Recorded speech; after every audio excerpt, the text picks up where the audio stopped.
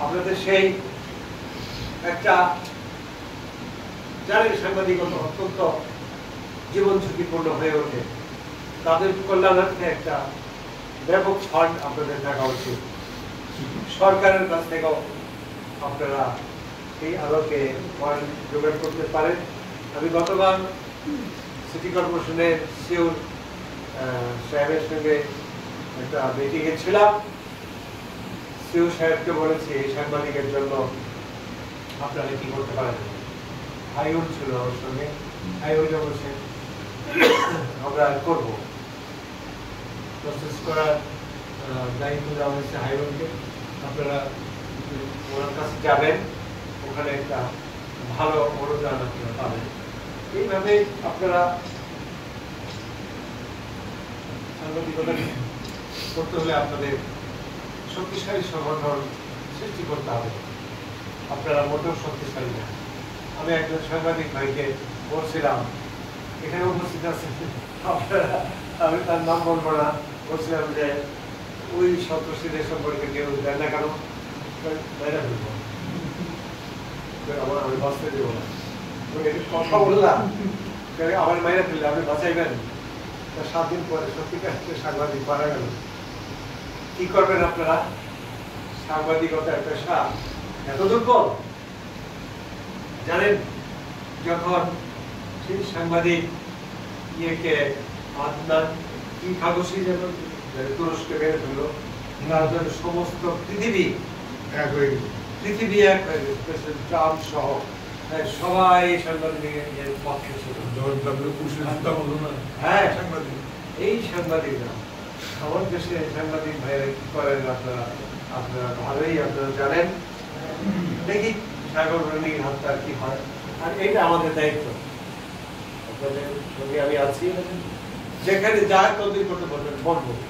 প্রয়োজন বোধে স্বরাষ্ট্রমন্ত্রীর কাছে যাবেন, প্রয়োজন বোধে। গাজীপুরের প্রশাসন দুর্বল, একেবারে দুর্বল। বললে তো তারা রাজনৈতিক মামলায় গ্রেপ্তার হয়ে লোকের সাহেবেরা জামিনে যাবে না।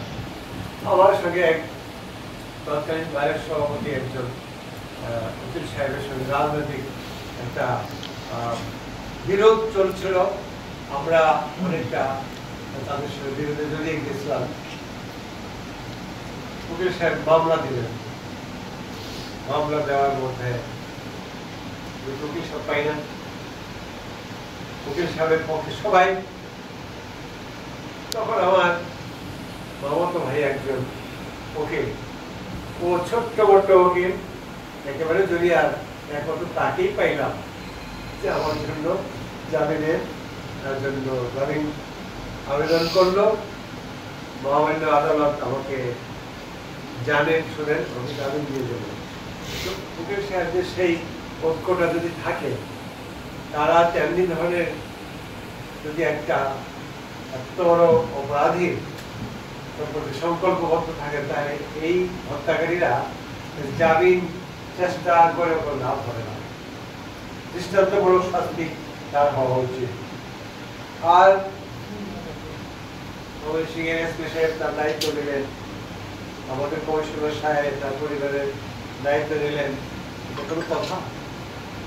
এটা কোনো কথা? এসপি সাহেব আর কমিশনার সাহেব তার পরিবারের দায়িত্ব নেবেন, এটা কোনো মানে একটা কথা হইল? অত্যন্ত বেদনা দেওয়া। সাংবাদিক ভাইদের আপনারা কি করবেন? আপনারা তার পাশে দাঁড়াবেন না? তার আর্থিক প্রতি আস্থা আবার একেবারেই নেই।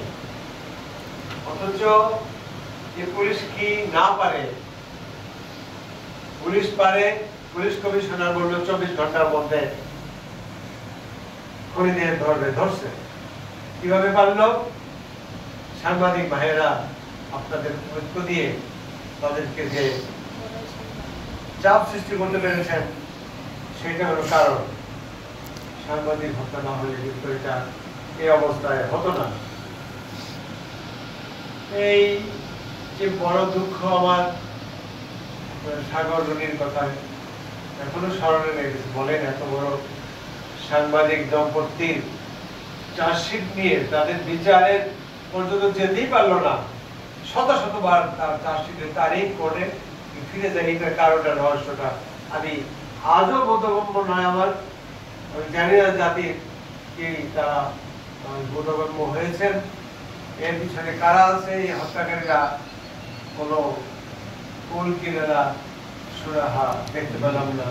এটা জাতির জন্য কলঙ্কজনক, জাতির জন্য কলঙ্কজনক। অথচ অনেক আগে এক সাংবাদিকের মেয়েকে হত্যা করে সেই নারায়ণগঞ্জের নদীর পাড়ে ফেলে রেখেছিল সাংবাদিক আজাদ মোহন সম্ভবত।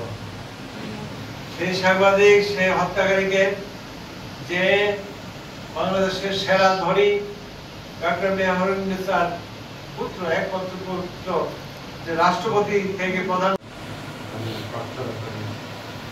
আজকের এই সাধারণ সভার সভাপতি, উপস্থিত সাংবাদিক বাবলু, নেতা তারিক রহমান, আল্লাহ রহমতে যদি এই দেশের শাসন ব্যবস্থা যদি আমাদের হাতে উঠে আসে, এই দেশে শান্তি আসবে, অশান্ত থাকবে না এই দেশ। এই দেশের উন্নয়ন এবং এই অরাজকতার অবসান ঘটবে। আপনারা দোয়া করবেন, সবাই ভালো থাকবেন, সকলের শুভকামনা করি। আর আমি আপনাদের ভালো লাগলো, কয়েকজন সাংবাদিক বললেন যে আমি সাংবাদিক বান্ধব, ঠিক আছে, খুবই আমি খুশি, আনন্দ লাগলো। যে কোনো সময় যে কোনো কাজে আমাকে পাবেন, দোয়া রইল। আসসালাম। আপনাদের সঙ্গে প্রশাসনকে যত প্রকার আমরা তাদেরকে প্রভাবিত করে বিচার করে ছাড়বো ইনশাল্লাহ। আমরা উকিল ভাইদের কথা কি বলবো, আমার এই সঙ্গী সাথী, আমার দলের অনেক উকিল সাহেবরা আছেন যারা অনেক ভালো ভালো কাজ করেন, কিন্তু সন্ত্রাসীদের টাকা পয়সা পকেটে ভরে তাদের জামিন করাটা প্রবণতা, এটা দুঃখজনক।